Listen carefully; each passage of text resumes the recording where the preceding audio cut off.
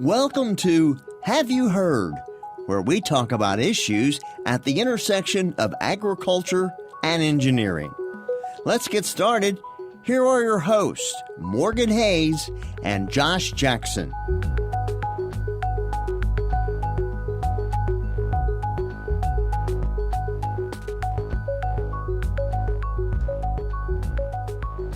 Welcome. This is the Have You Heard podcast. This is episode 77. We have a special guest today, Stacy Vincent, here with us.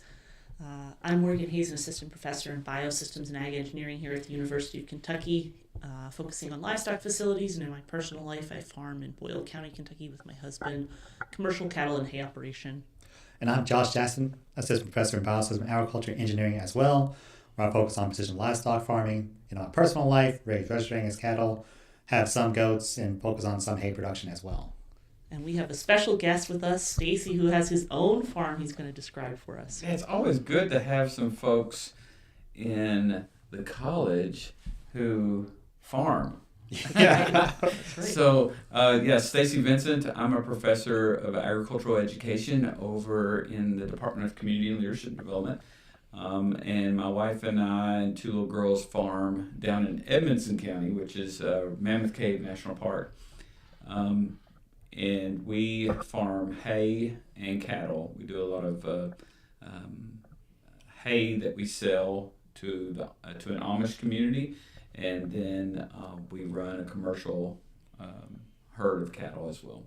Yeah, and you've got some family down there too that you sort of farm with. It's nice to have that.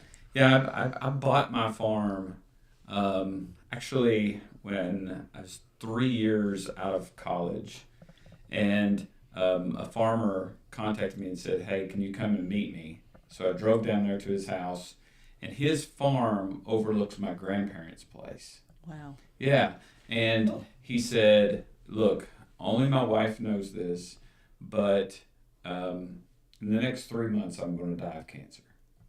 And he said, "And I want you to buy my farm, buy my cows." And I was like, "Oh man." So needless to say, I bought it. And he really set me up nicely. He said, "Look, I don't want us to go through the banks. I want you to, I want to set this up to where you're paying my wife annually where she can live off of it." Okay. And he had it all planned out. So literally he was my bank. Yeah. I paid him annual payments, and we put a little bit of an interest rate on it. A lawyer created all the documents, and July 1, I come in and I write his wife a check, and of course, as Clint Black says, this year, one more payment and she's mine. So this year, that's amazing. We will officially own the farm. Wow. So pretty excited. That is exciting. It's always exciting to get to the end of any sort of payment structure in Yeah. farming, because it feels like you're continuously under different structures. Yeah. So that's really cool. Yes. Yeah, it overlooks my grandparents' place. My mom, of course, they passed. My mom and dad. My mom is sick. Dad's taking care of mom. So sort of taken over. We've just created a trust. I don't know if you all have done that with any of your family. We just did it too. We had a fire last year, and that really reminded us that life is short. So all of the documents are now in place. Absolutely, and that's not a short project. No. We in 21, Mom was diagnosed with dementia, and in the hospital, I sit down with Dad and I said, "We've got to do something, or we're going to lose the farm." Yeah. And so we went through that entire process of how do we keep as a Medicare recovery or Medicaid recovery from taking the farm, and we just started really looking at the options that were out there. And since then, it's amazing how many people you'll talk to who are like, "Who did you go to?" Like, we're trying to figure this out. Yeah. And it's hard to find. It's easy to find people to set you up a trust, but people who understand a farm and how to do that, right. It's few and far between. Yeah, it's a much tougher decision. I think we used someone that was recommended by Farm Bureau, which was, I think, probably a good spot if someone's looking and doesn't have good contacts to sort of get started on trying to find someone. So Yeah, we went with a guy in Paducah who all he specializes is farmers and veterans, wonderful. and he's really good in far Yeah. western Kentucky. That's wonderful. Yeah, it's pretty wild. So typically what our setup here is that we'll do a little bit of what's been happening on the farm for the last couple weeks, and then we'll go into our topic. And this week we got hay equipment, and that's also sort of what our agenda is moving forward through the weekends. We've got some preparation work, but I'm going to let Josh start with what's been happening on the farm the last couple weeks, and then I'll let you give it. So this past week we had some more. So we started calving. They've been coming hard and fast. So out of the 18 or 19 that we have calving, it's 11 are on the ground at this point. And You're well on your way. Well on the way. So far, knock on wood, so good. The bull did his job. It's AI. You did your job. I did my job this time. so far, I can did my job for the spring herd, so it worked fairly well. Having a guy come in, I have one property where the boundary fence, we've been kind of milking it along for years, and finally decided, this past year, it would have been nice to turn the cows out onto some of the hay fields to give us a little bit of additional time. It didn't require equipment to go out there, but it would have been nice to turn cows out there in the hay field, just get what they can, and buy us a little more time before you started feeding hay. And so we had the guy come in. He started with the excavator, and so he started taking stuff out. So then he made a lot more progress than we thought. So then we had to move cows off of that farm, all cows and calves off of that farm. And there's one calf that I swear she's a gazelle or something. She was faster than I was. And at some point, we had my brother was out there with the car. We're chasing after the calf in the car just because she was running across the farm. We keep trying to keep with this calf. We'd be pretty fit. I feel like I hear like this comedy music. Oh yeah, it was. And we had the cow. There was another cow and calf. They were moving nice and slow through the field. And we thought, okay, this calf will go with that cow because all the rest of the herd is already up. And that calf made a beeline for the back. I'm like, you don't even know where you're going. But you're going as fast as possible. So other than that, fun times. We still, having calves on the ground, still feeding a little bit of hay on the home farm because we moved all those cows home. Well, we don't have as much room on the home farm or grass, so we had to start feeding them hay there. So a little bit of hay we did have leftovers being burned through. So we'll definitely be starting on clean slate from a hay standpoint. These calves don't realize that you and I are used to rejection, so we're going to go back and get that calf. You're not running from us. Yeah, it's just it was fast, and so it was like all three of us out there, and it's like, oh, okay, maybe nope, it was just as fast as it could everywhere it could go. So finally went into a corner, we grabbed it and picked it up and sat down with it in the front seat, and we ran up to the hill and put it in the trailer. So. That went directly onto the trailer. It wasn't even going to go. Wasn't going to go. You shut both gates on that one. Wasn't going to go in like, oh, maybe put it in the cows. No, it's going directly on the trailer, and then we'll get everybody else sorted around. That's probably a good call on your part, Josh. So everybody has done that one before. Oh yeah. So I just need to in one of those things. It wouldn't have been that bad of a task, but it spent 30 minutes chasing around, And at night, we were just like, oh, I just need to get these 18 cows moved, 2 or 3 trips, and it's 3 trips, and you have to just spend 30 minutes of that just chasing that calf. So, there you go. But anyway, I'll let you go. So on our farm, we're also in spring calving. We have 48 to calve. We have 19 on the ground. Oh. And I think last time we spoke, we had 4 a week ago. So that's a pretty big week. We sort of like you just hit hard when they started coming. And the storm yesterday, just was an extra little bump in production of the cows on the ground. It's like a full moon. It's exactly. I thought the full moon was going to start them, and it didn't. But the storm yesterday was enough to make them go, so that was pretty good. And aside from that, just generally, we're still feeding hay. We have a lot of spots that the target is around April 15th to put them out. Let the grass get roots under it. I don't know that we're going to hit it everywhere. Those cows look real excited about grass. They might take out a fence. It's not actually bad if we're not careful. But especially where we have calving in 2 spots, if we can keep them in those fields where we're used to checking, ideally we would let them go another week or a little bit more before we rotate them onto some fresh grass. Yeah, we're about halfway through, and with our spring calves as well. And I talked to my cows last fall when I saw the cattle market and I saw what slaughter cows were selling for. I looked at them and I said, "Okay, girls, if you don't produce for me, you're going to get to go visit my friends at the livestock market." And they listen. They are doing a good job so far. My bull, on the other hand, he did a great job too. He also did a great job on my neighbor's cows as well. Very productive. He's been very productive. So he got to go to the market because he liked their cows more than mine. So we've got a new bull, and so far he is enjoying being around during the spring calving season. That's good. Of course, we're just with some heifers right now, but it won't be long until I'll be putting him into, he's over, warming up, ready to put him in. So The main group. yeah, that's right. Okay, so let's circle around to our topic for today, which is going to be getting ready for hay season, hay equipment. Since all of us do hay and a little bit differently, I thought it'd be kind of interesting to just talk a little bit about what equipment we like using for hay, what types of hay we're baling. And since you have a little different market that you sell to, I'm really curious to hear how selling to the Amish works. Yeah. This is a beautiful community over in Cub Run. You get into South Central Kentucky and West Kentucky, I guess actually just all of Kentucky, we have some really cool community names.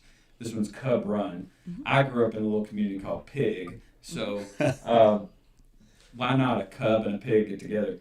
There is approximately 700 Amish in the Cub Run community, and the one particular individual, he's on the sort of the board for that community, and he is a horse trainer, and of course he would love to have square bales, but that's just very pricey.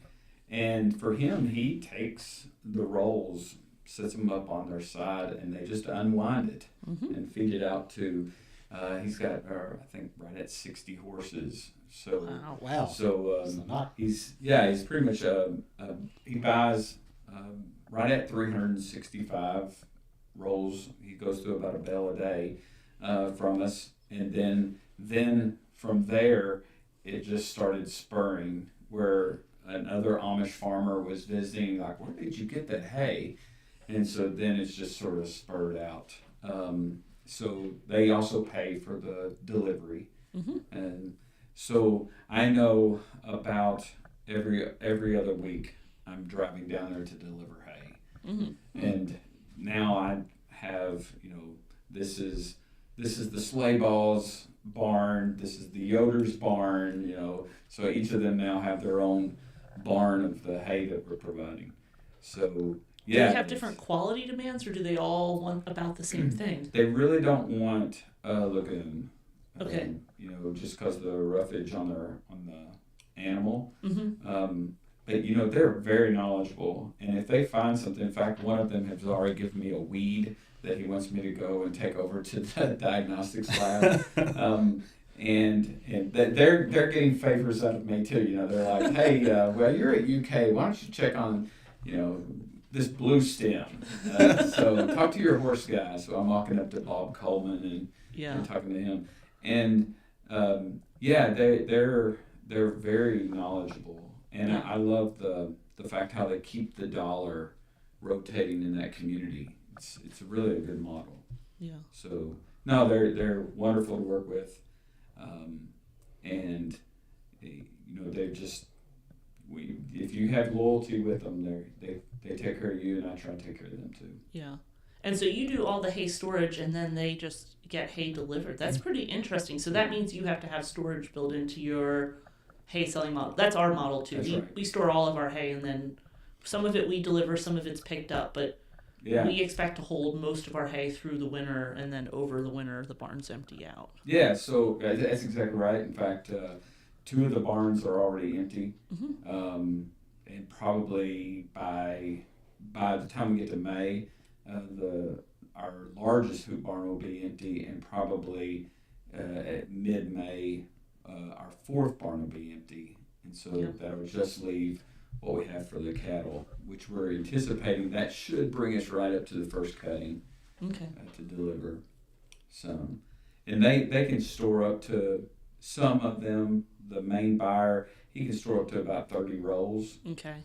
And then the rest of them can do, 5 or 6 bales that they can store at a time. Yeah. So. And what sort of equipment do you use to deliver? Yeah, so I have a F350 Ford, and then I have a 20-foot gooseneck, or it's a gooseneck flatbed, but it's out of down in, is it Somerset? Where's the company down here? Not Gorilla. Man, they're great. I know they are. I know exactly which one you're talking about. Why have I had this lapse in judgment? I guess I wasn't expecting you to ask me. I was just actually curious because we deliver a lot of hay and a lot to small producers that don't always have tractors. So we deliver on a flatbed as well, a 20-foot flatbed. Gatormate, thank you. 20-foot Gatormate. Yeah. And it's sort of an interesting thing because we will carry 14 bales, 4x5s on a 20-foot flat if someone has a tractor.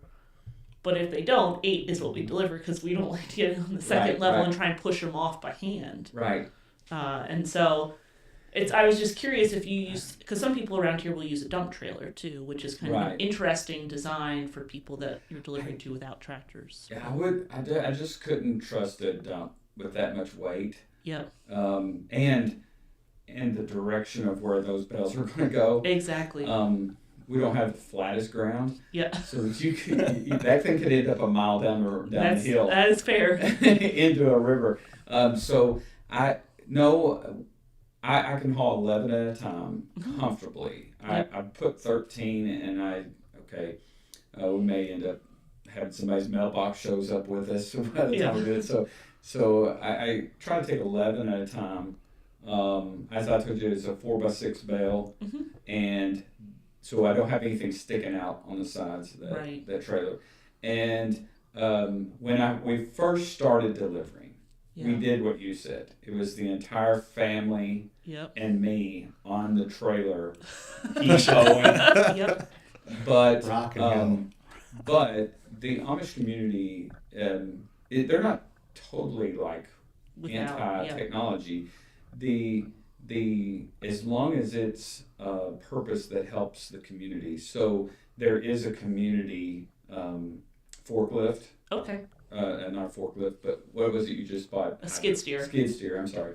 They have a community skid steer. Okay. Because there are logging businesses, and they also use that. Makes they sense. also help with the logging. Sure. So when they know, I always call a week ahead of time according to my calendar. Yep. It looks like it's about time. So I'll deliver skid steers there. They unload it. Okay. That's good. Yeah. It's nice. It's got a cab. Yep. A glass window. And so one day they had a big community meeting, and they said, we won't be there, but the skid steer's there, you can unload it. I said, no problem. I unloaded the first load, came back a couple hours later with the second load. The last bell, it's always the last bell. Yeah. I shattered the front window. Oh my gosh! on the Amish community skid steer.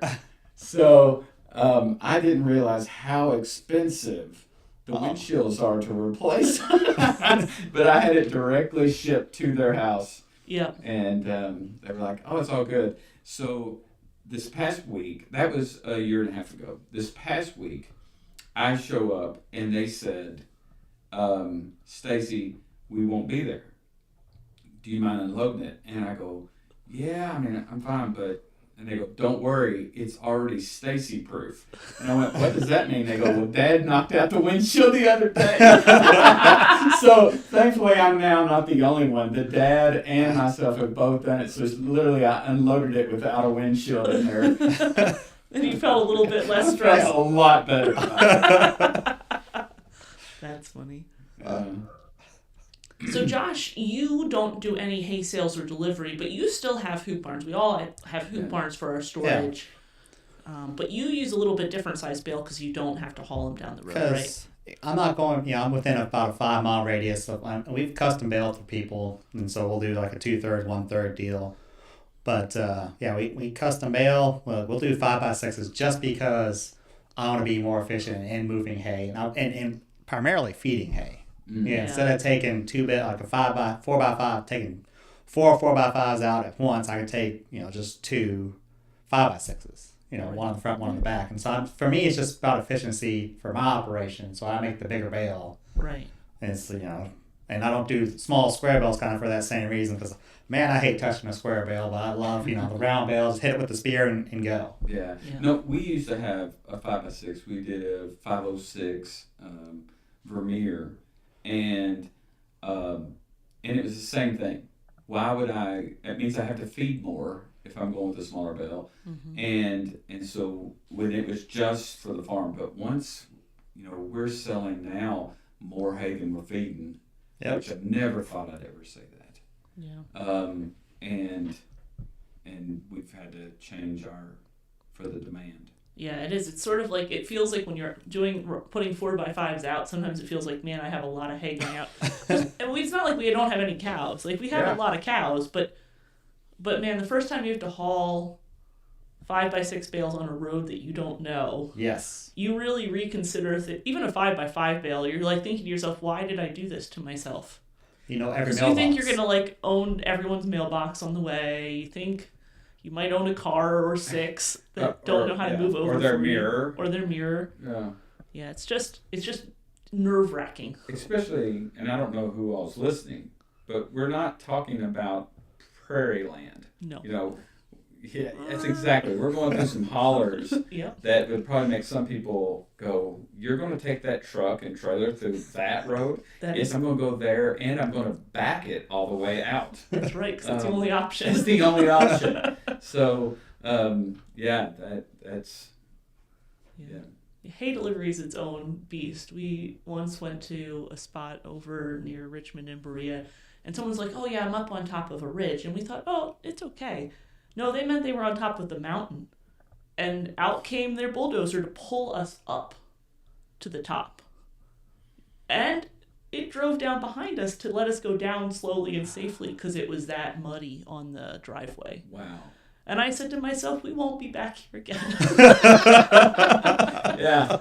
And the guy's like, that's good. I got enough hay for a couple of years. He knew exactly what he was doing when he brought us out there. He bought 2 years worth of hay. Yeah.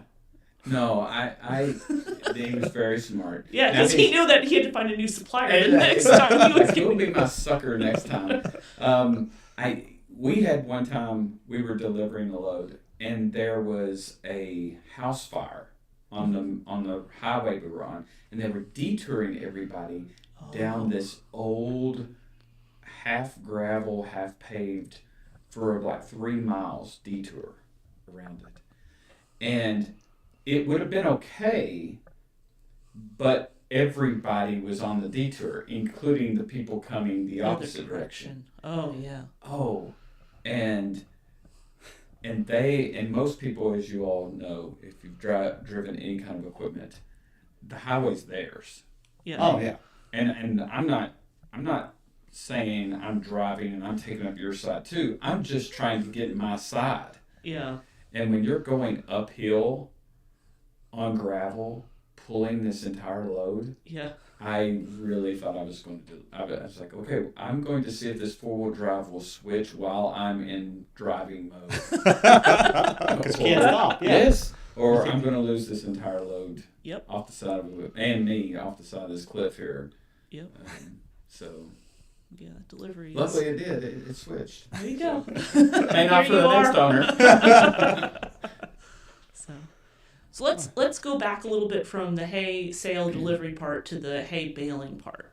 Why don't you describe a little bit about the type of hay that you bale, and because you said no legume for them, so Yeah. what about for your cattle? Are you also doing the same thing? Yeah, no, I potentially, I try to have some clover in my hay for my cattle. Unfortunately, when you're trying to take care of the weeds, Yeah. and I don't know, I like a nicely manicured field, Yeah. and that could be my type A, could be my OCD, but like ironweed, Mm-hmm. that drives me bonkers. Yeah. And so I spray my Mhm. fields, and in the spring we're hitting it with 2,4-D to take care of like thistles or anything. In fact, the name of our farm is Thistle Top Farm, and so it is crazy that our name's Thistle Top, and I'm trying to remove all the thistles, and then Grazon Yeah. that we'll throw in to try to take care of the ironweed. Now, one good thing about our job is we get students, and our students go on and start working for some of these companies. And I have a student that's in Campbellsville, and she is in charge of the sales for Corteva. And so Oh, wow. Corteva's about to release a Grazon that doesn't kill clover. Really? Oh, wow. Yes. Whoa. You heard it here I think they first. all know. Oh, That okay. every farmer will be waiting at their feed store Yeah. to buy this. Yeah. And if once that occurs, I anticipate we'll see a lot more red clover in our Yeah. hay fields. Yeah. I'm sure you will. Yeah. That'll be wild. Isn't that awesome? Yeah, it'd be great. That's one reason I don't actually use some of those sprays. We just do a lot of mechanical cutting just to try and manage weeds. Yeah, but to answer your question, we really try to hit on a orchard grass Timothy fescue mix. Okay. Do And you make have it to do a lot of really reseeding with that mix, or do you try to hold out? I do. No, I don't because the horse farm really loves not the stem but the leaf. Right. So we're cutting it about the time Timothy's starting to put out the head. Okay. So Okay. yeah, I'm constantly about every 2 years, every winter in January when the ground's frozen, I'm throwing seed, broadcasting seed. Okay. Ah. But I'm rotating the fields I'm doing that in. Okay. That's really interesting. Yeah, we have a lot of orchard grass clover mix, actually. We have a couple people in the horse industry that buy, and a couple small ruminant people, and both of them actually want the clover for the protein. Mm. So they're developing young horses, not yet at the point where they're doing a lot of work where they're going to get drooled on, but where they're just trying to get weight onto growing okay. horses, and they want that extra protein in there. So, and the small ruminant people, they want the protein as well, typically. Yeah. Milking goats. Supposedly, it's really hard on the kidneys, I guess. For bigger horses, yeah, they don't need that much protein. I think that's that's my Bob Coleman Yeah. reference for you, because he tells me all those things. Who knew he'd make it twice on this podcast? he's living large. He doesn't even know it. But We'd be talking about a Canadian on this thing. I guess, for ours, we try to add a lot of clover just because we want the cattle to have a decent nutritional plane. So a lot of times we're feeding to lactating cows or pregnant cows. yeah, And so over the winter, so our spring or our fall herd need a little higher nutritional plane. So we want to have that clover in there to give that nutritional bump. And also help with production to get that little bit of fixate to nitrogen. Yeah. And we'll usually try to add clovers on some of the custom ground. We can't really do too awful much if it's custom hay ground. We might fertilize occasionally. We'll have to, a lot of times it's just talking to the landowner to see what we can and can't do. yeah. I tell you, I don't think there's a lot of fields prettier than a field of clover. Yeah, I think a good fescue clover field, it just really does look really nice. Yeah. And they're so Orchard strong. Grass. See, I'm a little favored to orchard grass, I but do I'll too. let you throw your Timothy in there. Yeah, all of them are actually kind of pretty. Yeah. But that clover, right before it Yeah, starts right to when get it starts to- yeah. yeah. Man. I can just And they can do be that. tall. That's the thing I think people don't know. People a lot of times associate the shorter white clovers, Mhm. but Yep. those big crimson and red clover plants, they can be way steep. You can walk into a field and it can be do. up in your thigh. It's amazing. I can lay in it. Yep. It's like a bed. Yeah. I want to cut it, but I also want to turn my cows into it. Just It's because beautiful. for some reason that is just absolutely watching those calves sort of like holler. But I'm like, okay, I can't do that. I gotta cut that there. That's too much money there for me to just turn them in there. But it's such a beautiful field there. It is. Yeah, I would agree.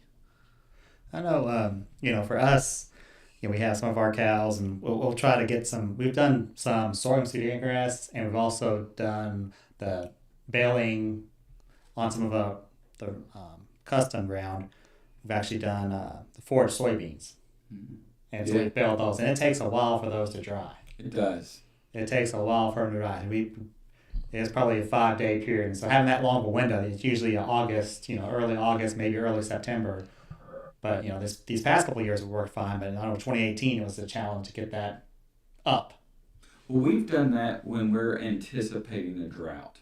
Yes. If we're anticipating a drought, we will pull out the old no-till planter, which is now the only time that, and to plant some sweet corn, and plant in one of our fields just soybeans just to cut for hay.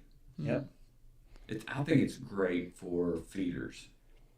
We gave ours to the cows just because this is what we baled, and we have 20 acres of it. Mm-hmm. And so that's kind of our buffer capacity. Yeah. Yeah, we've also tried the forage beans. I will say that I probably will never do it again. Mainly because the equipment, it was really tough on equipment. It was tough on the rake. Yep. And it is tough for cutting. We actually still cut. This will shock you. Yes, sickle mower. Well, we have a hay Hay bind. Oh, I wish I knew that. I had one I can sell you. We'd probably buy. My husband would buy it in a heartbeat. If it's a 488 New Holland, he would buy it in a heartbeat. Yeah, it is. Yeah, he would love it. You almost don't have to tell him. Liner. Yeah. He loves them. He can take them apart and put them back together with his eyes closed. They are easy to work on, but anytime you hit a rock, there goes the shield. Yes, you do have to be able to get your blade out. You have to get the whole bar out and be able to replace it. Now, we have everything on the back of the truck to do it. I can almost do it in my sleep at this point. Got a nice anvil to help sort of take care of the... We have clamps that we set on the back of the truck has a flatbed, and we put a pretty heavy-duty bar on the back so we can clamp it down and we can knock them out. Yeah. Sort of where the straps would go in typically on a trailer. So there's a system to it. It's just bizarre. So. You're sort of giving me a shiver. I was going through our shop. Yeah, I was going through our shop, and I was like, what is that old metal toolbox underneath the shop bench? And I pulled it out this past weekend, and I opened it up, and I was like, oh, there's all the rivets and the blades. So I could give him that. I even have... He'd probably be like, it's Christmas morning. Yeah. I even have one that you can connect to the impact wrench that... that will help fasten those. To it put them in. the rivets in. Oh, that's cool. I'll bring that to you. Huh. I mean, I haven't used it in 15 years. Well, my dad and I were talking about that because we were talking about equipment. I just bought a new tractor. I said new as in it's new to the farm, and it's also the biggest tractor that we've had on our farm. And I was talking to my dad about the fact it has a buddy seat. Mm-hmm. Oh yeah. For my two girls to get to ride with Dad. Yeah. And I was telling Dad because for me it was leaned up and hanging on to the old ROPS bar. Yep. And while my dad and I remember falling asleep while Dad would go in circles cutting hay, standing up, falling asleep. But my dad and I were talking, and he goes, "Yeah, but we were using a hay mow, a disc mow, a hay bind." Yeah. And he goes, he said the entire equipment has changed because I was telling him how I don't trust like he did with me, or maybe he didn't care. But he goes, "Yeah, but we were going 2.5 miles an hour." Yeah. Yeah. He said, "Now we're going at 6 miles an hour," and he goes, "The reaction time."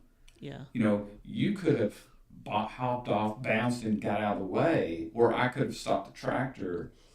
But now, Yeah. You know, at 2.5 miles, our reaction time would have been 5 feet. Yeah. You know, it's typically twice. Yeah. And now if you're at 6 miles an hour, it's 12 feet before that reaction time can stop anything. Yep. And he says at 12 feet, you're underneath something. Yeah. And so that's the reason why I was excited to have this now, that I got buddy seat, the cab, and it's something now that I can introduce because we're going at such a faster pace. I got 6 foot hay bind, now I have an 11-foot disc mower. Yep. So there's just a lot of how equipment has changed. Yep. And I'm wanting to go faster too. Yeah. So. Well, you only have so much time. That's the problem with having these other jobs that pay us. That's right. Everybody's got something they want of me. That's right. So, yeah, I don't know. It is that for me was the hard thing about the soybean hay was like just the wear and tear on equipment. Which, I mean, that's a little bit of a decision making too, in how many fields go into hay, right? Is that field really something that I want to be baling?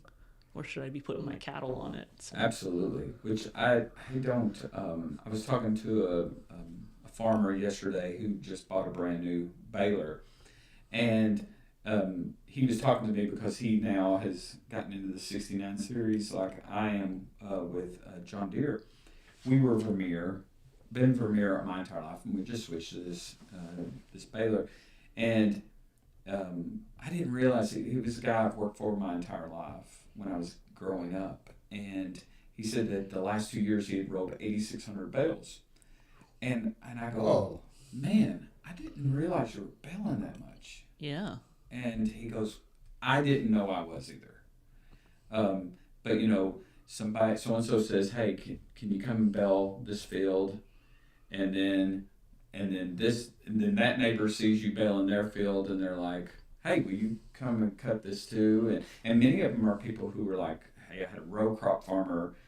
They really didn't take care of my ground. Do you mind taking it over? And I've even had one that did that this year. We picked up a field. Yeah. That same thing. And before you know it, you're like, wow, at one time we were baling 600 rolls a year, and we thought that was a big deal. And now, then you get to 1,000, and then lo and behold, and then you're at a lot. and you're doing it at the same amount of time you spent 15 years ago or 20 years ago. Yeah. Cutting hay. Yeah. Because I know with we had the 7 foot, we had a 467, so a smaller hay bind, and we still have that hay bind. We still run with it occasionally, and you spend all day doing 30 acres. Yes. You spend all day doing 30 acres. And so that's top speed. And then we got the New Holland 1411, put it behind, you can run, hell, I can do 30 acres, maybe half a day, Yeah. So I bought this 11-foot mower, New Holland. I actually found it on Facebook. The guy he had cut 60-acre field one time. He hit a ditch, hurt his back, and said, okay, I can't do this. And went and bought an 18-foot Vermeer. All right? It has 3 6-foots.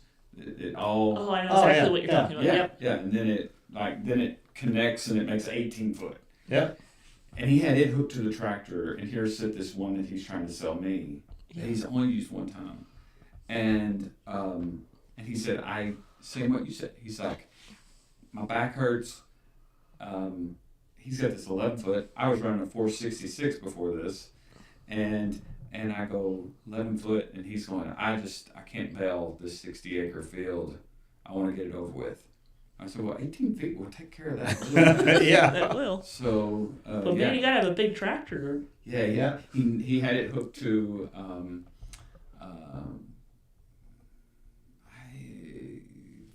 44.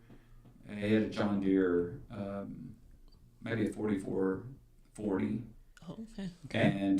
And it never unhooks. He keeps it hooked to it year round, that mower. Okay. And this was in Lincoln County, Okay. I think. Yeah. And so I bought the mower from him, and he color coded his grease. Yep. Right.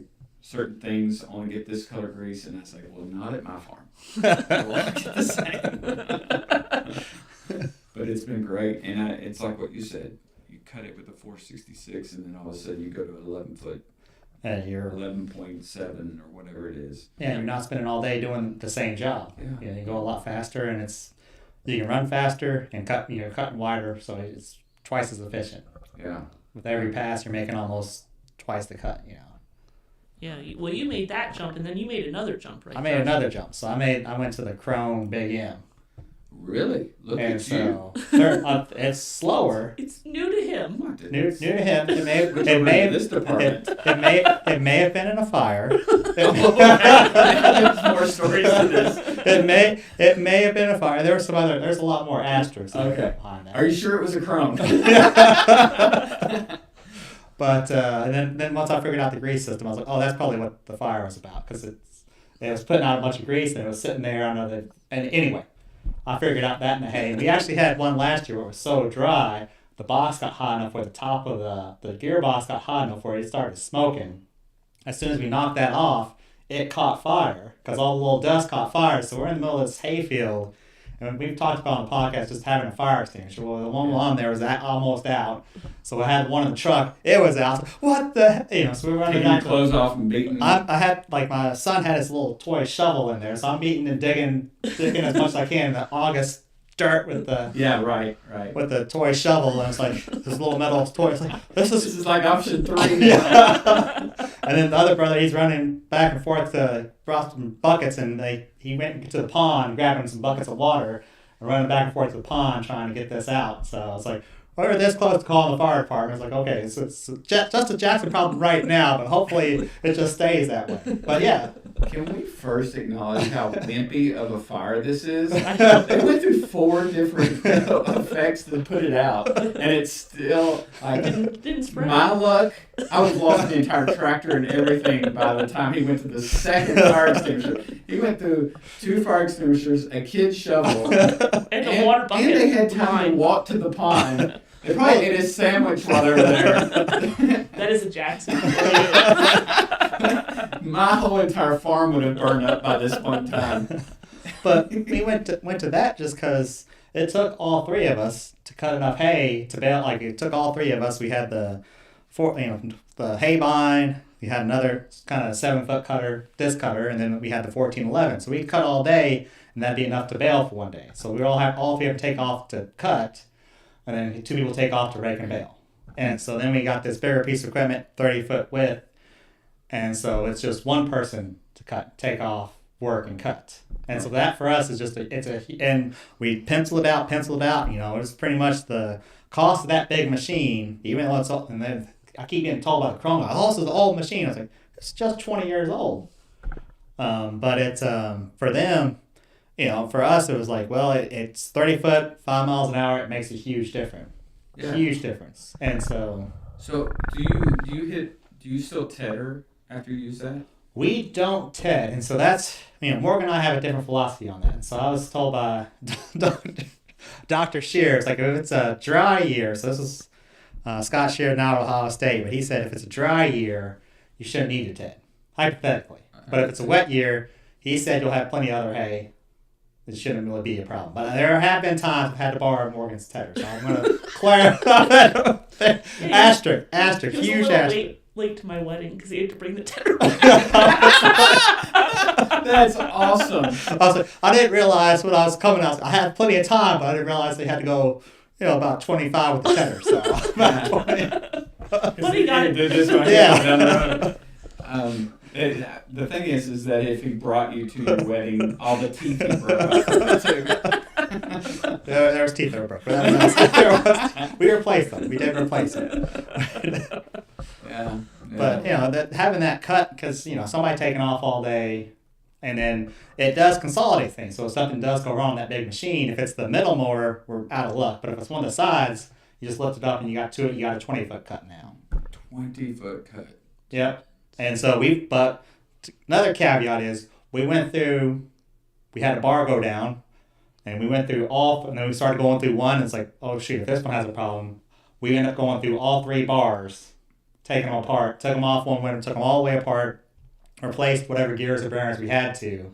Pretty much, it was fairly spendy, but went through all 3 bars and went through it's got flails. I don't like flails, but So that's what it came with. Does it put up 3 windrows? 3 windrows, yep. And where did you get it out of? Out of Pennsylvania. Some of the So Amish up you there. to say something out west. Amish up there were selling it, and because they were getting a newer, better machine. Todd Coleman, Amish. Yeah, Twice. we're like going to be on a. Yeah. But we need to put keywords into the search. and for we've this seen one. we've seen a couple sell at auctions. Like, well, it should be about the same cost as like a brand new mower conditioner. That's about 11 foot, and so like, we'll shoot them a price and see if they like it.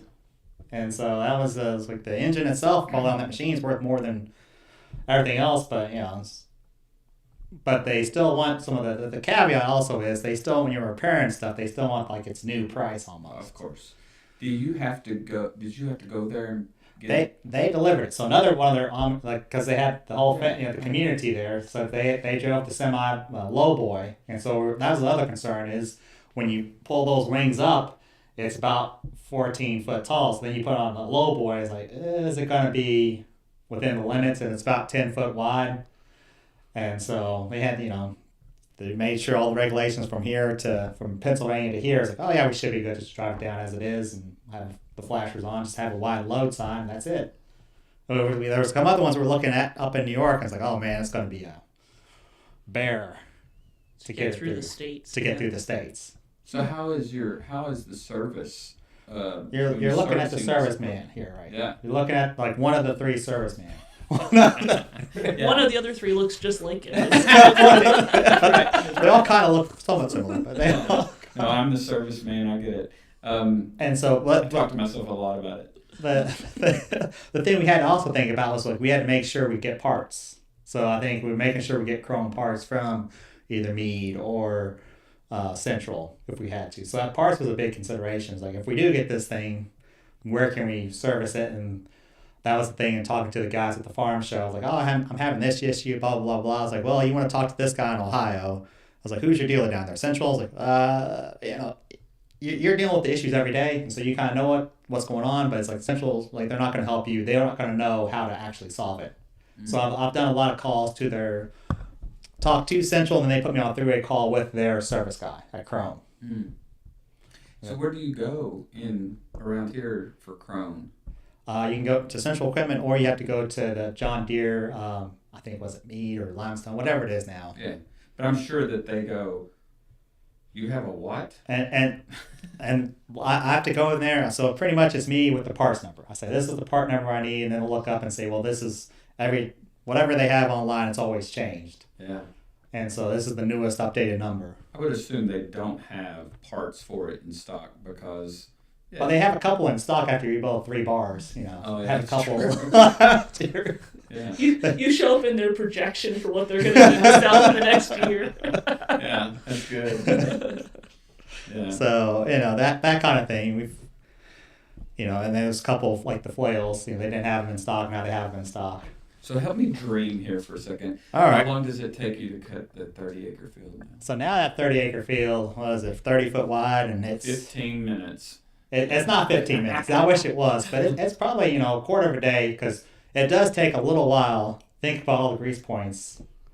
And it has an automatic greaser, but it doesn't quite work that well. Or there's an issue where it blows a line every time. And so we've got a distribution box, trying to figure it out, and we're still figuring it out. So a lot of times we'll just pop off the hose.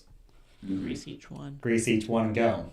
Okay, so when you are cutting, I find myself, maybe it's the geometric shapes in my head. That triangle. Trying to get it as squared up as possible. Yeah. It's always easier to run straight lines. Yes. Well, and here's the thing. Yeah. If you are the person that has to follow with the rake and then the baler. I think the same thing. Yep. You want a straight line. So I don't care what the field does. You make straight lines and then you just take some little angled triangles on the edges to... Yes. And if you have to do 1 or 2 squiggly lines on the outside to get an edge cleaned up, whatever. But everything else better be in a straight line. Yes, I want to square it up as quickly as possible. That is always the goal. I completely agree with you. Yeah. And sometimes, like for us, it's we do 2 with the 30-foot cut, 2 big passes. So 2 passes around the outside edge of the field, and everything else is up and down. Yeah, so I had a neighbor that asked if I wanted to take over they had 30 close to 40 acres that they were going to let me have. And I even got involved and started disking it. They had like these young 20-year-olds that said they wanted it. They chisel plowed it last spring, and then they just left it. They even left the chisel plow. And so they were going, and then it just started growing up in weeds. Yeah. And they're like, would you take this over? So I was like, yeah, sure. So I get in there with the disc, and I disked it and disked it and disked it. And my farmhand disked it. Finally got it, started sewing it, and then I got to thinking about every turn in this field. You know, they had a driveway to their house that wound. There's a pond in the center. There was an oil well. There was a water well. Yep. There was a sinkhole. Can you imagine? And then there was they had sold a lot, so they had built a house. So you now have to go around that. And I was thinking of every corner, and the entire time I'm disking, I'm going, how am I going to square this up? I would It would drive you crazy. I would need a 20-foot crone to mow this. I just don't know. Yes. I could not figure out how I would square this field up. Like, this would take me all day to cut this field. Yeah. Did you give it up then? I gave it up. Yeah. Isn't that crazy? Huh. I mean, I at spent a certain all point that you money need to. on fuel disking. Yeah. And of course, a row cropper came in right back. behind me and like hit it one time with a disc that took me 4 times to do. Yeah. And I was like, oh. But I couldn't. I just was like, I will spend all day on this one field, knowing that I've got all these others. All these 17 other fields I need to cut. Yeah. I couldn't do it. See, I know a lot of times we have the rake guy. This rake guy's responsibility to make everything straight. It's like if he's had to make sections or pieces, it's his job to make it straight. Yeah. And so that's, we have streams and whatnot. It's like, it's your job to either take some here, more here. It's his job to make it straight. And, some are going to be a little thinner, some will be a little thicker. And then, that's just his job. That's how we view it. It's his job to make it straight. Yeah, the rake guy we should never think about the rake guy.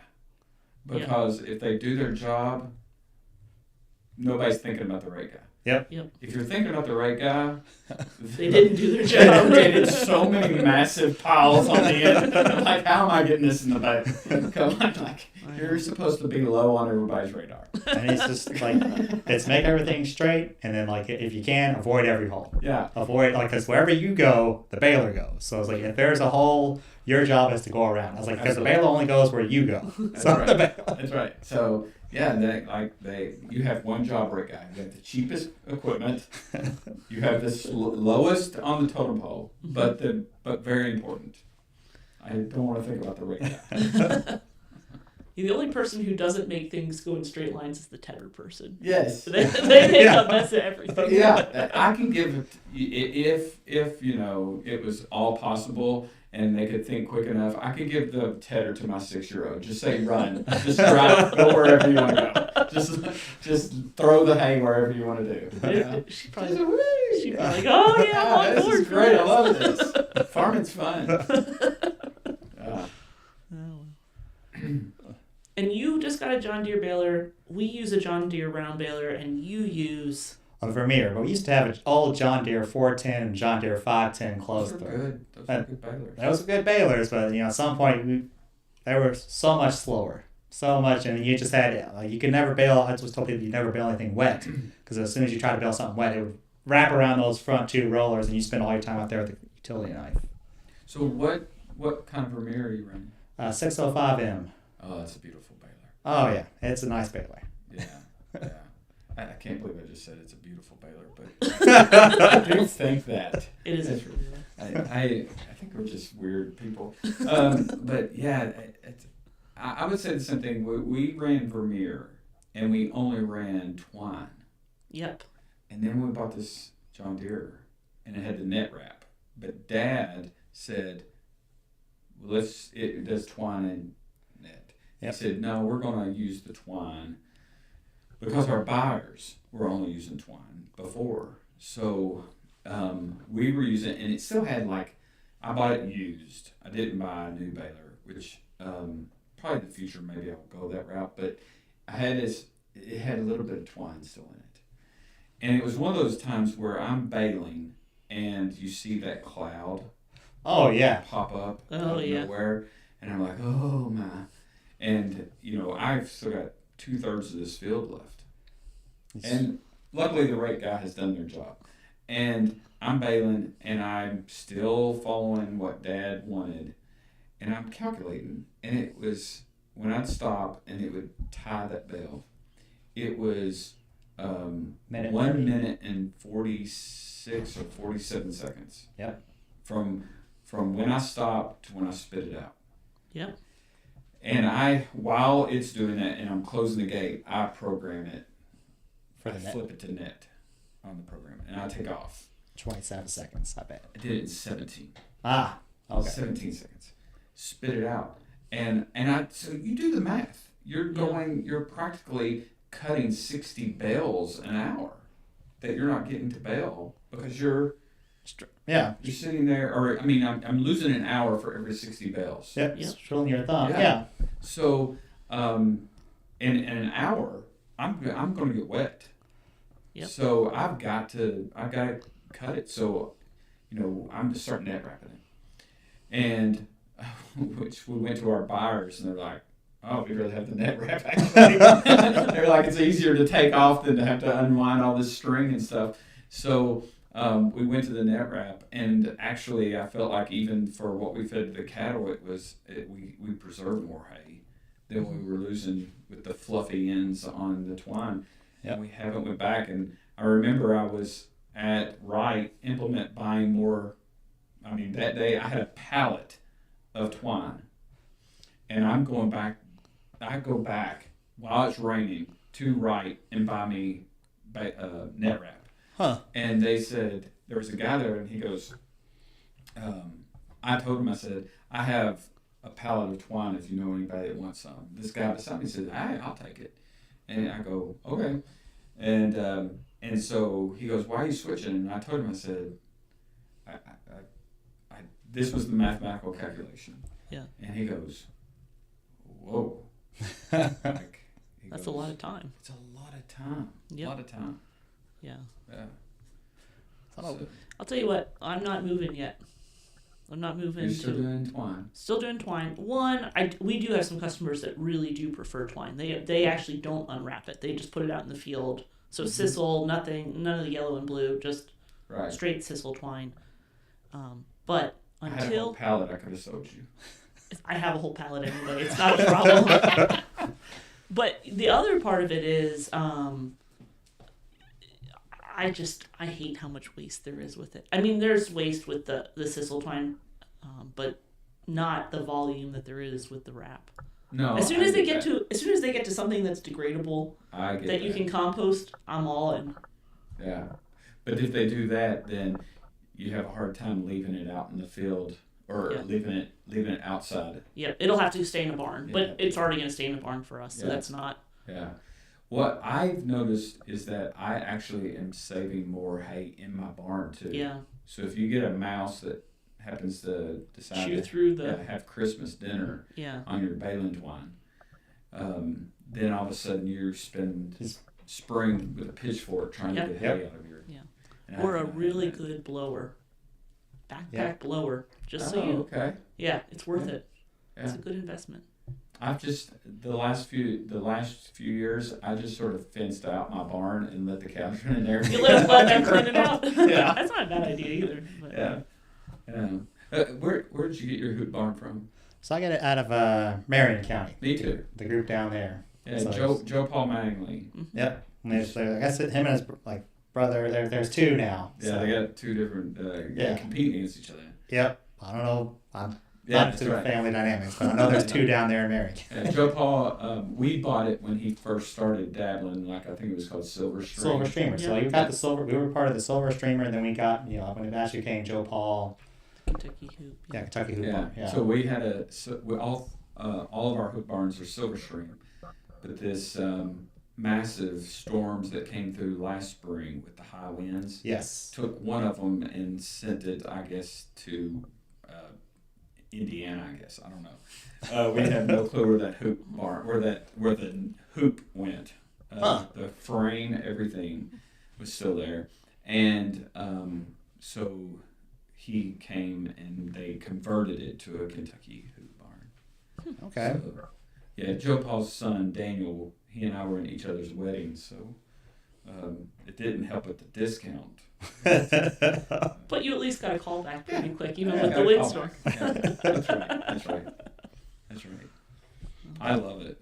And it's, I was at Morgan and I do the presentation for massive cattlemen's, and we say, pretty much it makes a lot of sense per square foot wise, payback periods within 5 years. I tell people a lot of times, even if you get the cost share, I was like, it becomes almost a 2-year payback. I was like, then you almost have to make that decision. It's worth the money. It's worth Yes. it. I agree. I think hay storage, especially if you own land, is critical. I think if you don't own a piece of land to put the hoop barn on, it's maybe a harder sell. Well, But if you knew that you could have that long term yep, rent, I say still you would had a consider it. 20-year lease. Yep, it I would would. I be would worth still it. do it. Yeah. I would too. And even going back to what Josh was saying, it keeps me from being on the road. Yep. If I was to put that hoop barn on that rent Yep. plan.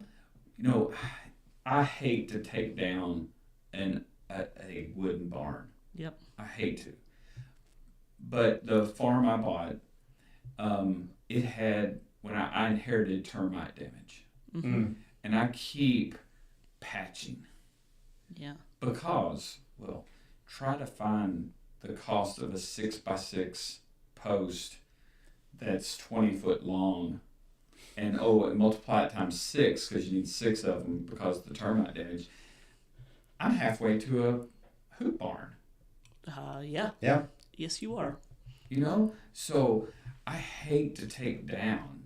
Hate's a strong word, but I dislike the thought of taking down this old wooden barn to put a hoop barn there.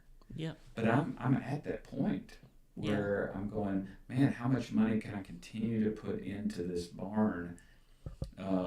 And one heavy wind, and I'm now having to put in new barn doors. And the next time I'm having to replace the roof because half the shingles blew off when a front came through, like this last one. Yep. And I'm sitting there thinking about this. Well, and trying to get them insured is also interesting. So with those older barns, you can spend a lot of money to insure them for what it would take to build back, or you can insure them for what it would take to put a hoop barn in that spot if there was damage. That's exactly right. And that's a much lower cost to insure, and also that you're just making the commitment if something happens to end the life of it, that's what's going to happen. Something else is going there other than what was there before. Especially if we're storing hay in it, Mm-hmm. because this is an old tobacco barn that we've converting to hay / cattle / let's store equipment in here barn. Mm-hmm. And so I'm putting our big hay rake, because these speed rakes are so tall. Yep. Yes, they are. And so it can stay in that center alleyway. Yep. And then everything else we're storing hay, and one side I've converted to the livestock facility. I could do all that in a hoop barn and probably not have to worry about taking out a corner post every time I put a bale of hay, or I'm trying to pull a bale of hay out. Yep. Which may or may have not happened so far. There's going to be some attrition. We've had, we store some hay in a tobacco barn, like a lean-to part of a tobacco barn, and one of the wheels is offset on the old tractor. I don't know why, but it was, and so you're backing out, and boom. All right, that post is gone. So That's exactly right. It happens. That's exactly right. Yeah. Yeah, I think that's a pretty good summary of the hay equipment. I don't think we've missed any of the pieces. I think we got to talk about all of them. Yeah, Which hit the rake. please- About the tedder, the rake.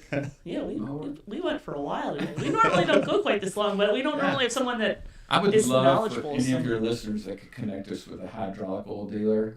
There you go. If anyone knows a good hydraulic oil dealer, That's right, because the bigger this equipment, The more it's thirsty it is. Yeah. yes, it is. And if you have a line break, empties out fast. That's right. That's right. A hydraulic oil dealer and a tire guy. I could use a tire guy too, so if anyone knows one, that would be great. Yeah. One that would work on Saturday. After 12. After 12. After 12. After 12. It's amazing because tires do not go out until about 3 o'clock in the afternoon. Yeah. That's when a tire goes out. You know, funny thing, like this past Easter weekend, we went an excavator to dig a trench, and so we get it home at 5:15. We started made probably about a 20-foot section dug, and then the track broke. Oh. And so that place they were closed Easter weekend, Saturday, Sunday. So we had to go to another rental place. Of course. Yeah. That's So how it always even works. even if it's not a tire, even if like it can't blow, yeah, sometimes it's just farming luck. Yeah. That's right. A tire guy and an oil guy. There you go. But I guess with that, I think we'll end our show there, and This has been awesome. Thank we you really all. appreciate it. So Yeah, it's Yeah. been fun. thank you guys. We'll see you with another episode next week. take care. Have You Heard is a production of the University of Kentucky College of Agriculture, Food and Environment, along with the Department of Biosystems and Agricultural Engineering. Discover what's wildly possible Yeah, oh, that was great. at ca.uky.edu. Good discussion. Yeah. Fun.